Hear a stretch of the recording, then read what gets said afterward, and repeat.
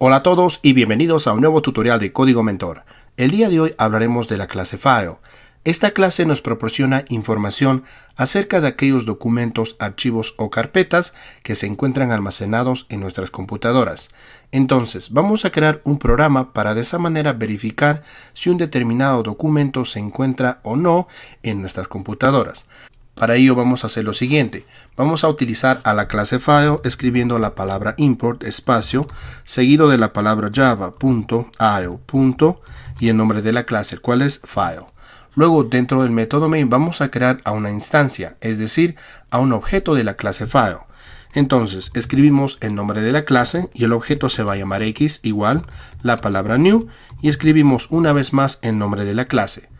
Y luego dentro de los paréntesis escribimos comillas y dentro de las comillas vamos a escribir la ruta o path del documento al cual queremos acceder.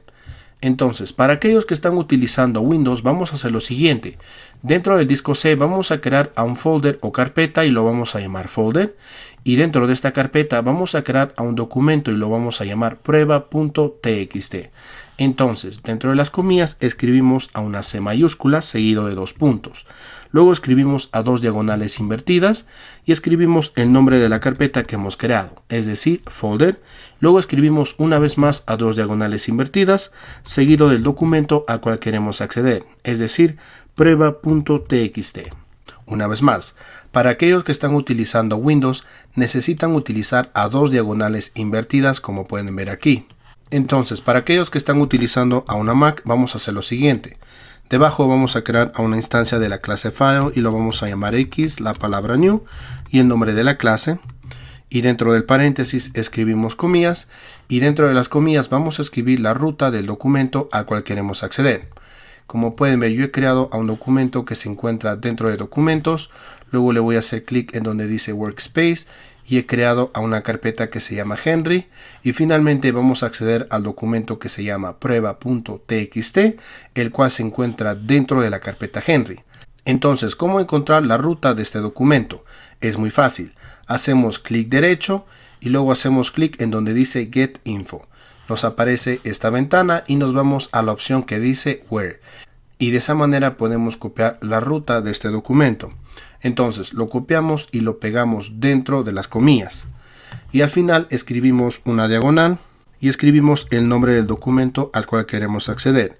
Prueba.txt. Y eso sería todo. Luego debajo vamos a utilizar a la sentencia if para de esa manera verificar si dicho documento existe en nuestra computadora. Es decir, que estamos almacenando al documento en el objeto X. Entonces, dentro de los paréntesis escribimos X punto seguido del método exist. Y en pocas palabras estamos diciendo que si el documento existe en nuestras computadoras, lo que debemos ver en la pantalla debe decir el siguiente mensaje. Dentro de los paréntesis escribimos x punto seguido del método getName para de esa manera obtener el nombre de dicho documento. Luego lo vamos a concatenar con el siguiente mensaje que va a decir si existe en mis documentos. Luego debajo utilizamos a la sentencia else en caso que dicho documento no exista en nuestras computadoras. Para ello vamos a mostrar el siguiente mensaje.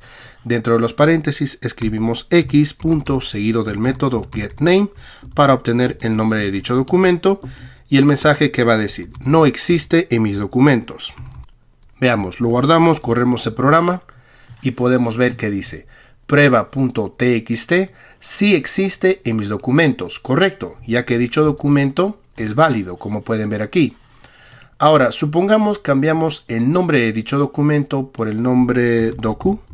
En este caso tenemos al documento docu.txt y dicho documento no existe en nuestra carpeta Henry. ¿Qué es lo que quiere decir? Que lo que debemos ver en la pantalla debe decir no existe en mis documentos. Veamos, lo guardamos, corremos el programa y efectivamente podemos ver que dice docu.txt no existe en mis documentos. Un repaso de todo. Como pueden ver, estamos utilizando a la clase File para de esa manera utilizar archivos o documentos. Entonces, dentro del método main hemos creado a una instancia de dicha clase y dentro del constructor de la clase hemos escrito la ruta o path del documento el cual queremos acceder. Y luego debajo estamos utilizando a la sentencia if y a la sentencia else para de esa manera verificar si dicho documento existe o no dentro de nuestras computadoras.